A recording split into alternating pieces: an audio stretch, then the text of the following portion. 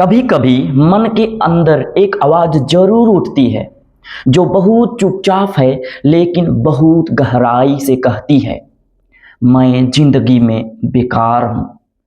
दोस्तों, आप बोलेंगे मैं ऐसा कभी नहीं सोचता हूँ, लेकिन एक बात कान खोल के सुन लीजिए, कभी ना कभी जिंदगी में एक बार ऐसा एहसास जरूर हुआ होगा। और बहुतों को जो सक्सेस नहीं हुए हैं, जो सफल नहीं हैं, उनको सुबह उठते ही लगता है आज फिर से वही दिन, वही परेशानी, वही जिम्मेदारियां और वही अधूरापन। दूसरों को देखते हैं, कोई आगे बढ़ गया, कोई सफल हो गया, कोई बहुत खुश दिखता है, लेकिन बारी आती है अपना और हम खुद से हारने लगते हैं। घर वालों की उम्मीद, समाज सवाल पूछता है, दोस्त आगे निकल जाते हैं और हम अपने ही जीवन को बोझ समझने लगते हैं।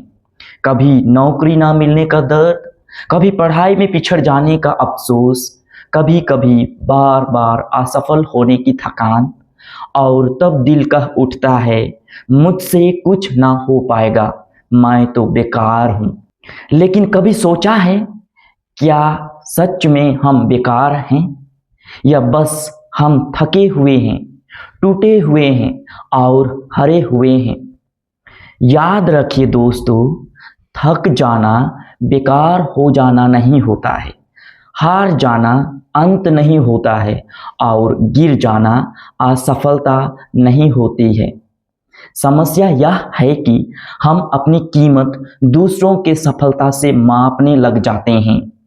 अगर मैं सफल नहीं हूं तो बेकार हूं, अगर मेरे पास नाम नहीं है तो बेकार हूं, अगर लोग तारीफ नहीं कर रहे हैं तो बेकार हूं। लेकिन क्या हमारी कीमत दुनिया तय कर सकती है क्या? यह हमें बनाने वाला परमेश्वर है। हमें अपने आप में समझने की जरूरत है। बाइबल में बहुत ही सुंदर वचन कहा है, क्योंकि उसमें लिखा हुआ है यिर्मयाह नबी का अध्याय 29 के वाक्य 11 में, क्योंकि मैं जानता हूं कि तुम्हारे लिए मेरी क्या योजनाएं हैं, वे योजनाएं भलाई की है, हानि की नहीं, ताकि तुम्हें आशा से भरा भविष्य दूं। दोस्तों, हमें जस्ट अपने ऊपर विश्वास करना है, ऊपर वाले के ऊपर में विश्वास करना है। और जब हम खुद को बेकार कहते हैं तब हम अनजाने में परमेश्वर की योजना पर सवाल उठा रहे होते हैं, जिसने हमें बनाया है, जिसने हमें सांस दी है, जिसने हमें आज तक संभाल के रखा है। क्या वह हमें बेकार बना सकता है क्या? सोचिए। यदि मैं आपको एक उदाहरण दूं तो उदाहरण एक सरल है, वह है दाऊद को देखिए, जो वह एक राजा नहीं था, वह तो मैदान में भेड़ें चराने वाला एक छोटा लड़का था, लोगों की नज़र में बेकार था। लेकिन दोस्तों याद रखिए, परमेश्वर उनके ऊपर नज़र रखी हुई थी और वह एक दिन राजा बनने के लिए आगे आता है। और मूसा को देखिए, वह बोल भी ठीक से नहीं पाता था, खुद को अयोग्य समझता था, लेकिन परमेश्वर ने उसी से कहा, मैं तुझे भेजता हूं।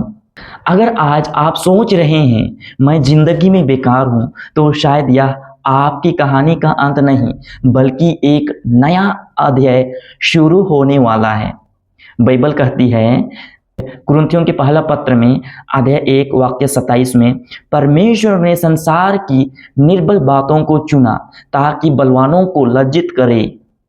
आप निर्बल महसूस कर रहे हैं जरूर, लेकिन आप व्यर्थ नहीं हैं। आज खुद को कहिए, मैं बेकार नहीं हूं, मैं प्रक्रिया में हूं, मैं टूट चुका हूं, लेकिन छोड़ा नहीं गया हूं, क्योंकि लिखा है भजन संहिता या तो स्तोत्र के अध्याय 34 या और वचन संख्या 18 में, यहोवा टूटे मन वालों के निकट रहता है।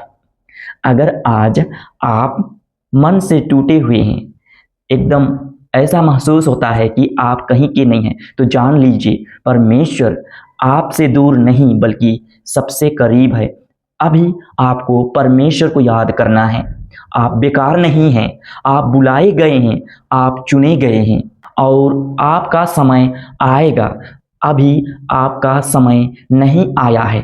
अभी किसी दूसरे को आप देखते हैं, सफल हुए व्यक्ति को, अभी उसका समय है, अभी आपका समय आना बाकी है।